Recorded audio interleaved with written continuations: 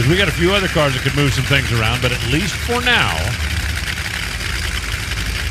they're not lined up that way. Here comes Mike McIntire. Now, Mike McIntire's McIntyre car, the orange one,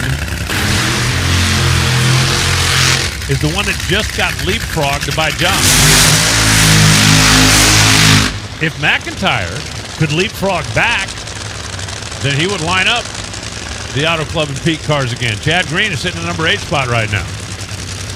Hanging on to the top half of the field with his 3.922 for Box O'Toole Summit Racing Equipment.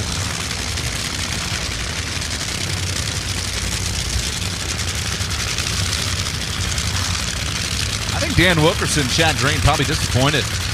Oh, yeah. The way that run went earlier. I mean, not just to lose in the Too Fast, Too Tasty challenge, but everybody else is up here kind of throwing down. And that car was stuck in the fours. That's probably the surprise of round number 2 of qualifying today for Mike McIntire. All that team seems to do is just continue to make steady, consistent runs. And we're getting into the time of the season, AR. You know this better than anybody. Where if you can make steady, consistent runs come Sunday, you've got just as good of chances of full-time touring teams to take home Wally. Let's see if Mike McIntire can pick up. In order to get a spot back, he's got to run better than John just did, which was 3.934. The best he's run so far is 3.940. So it's not like he's, looking for a miracle. He's just looking for a little something, something.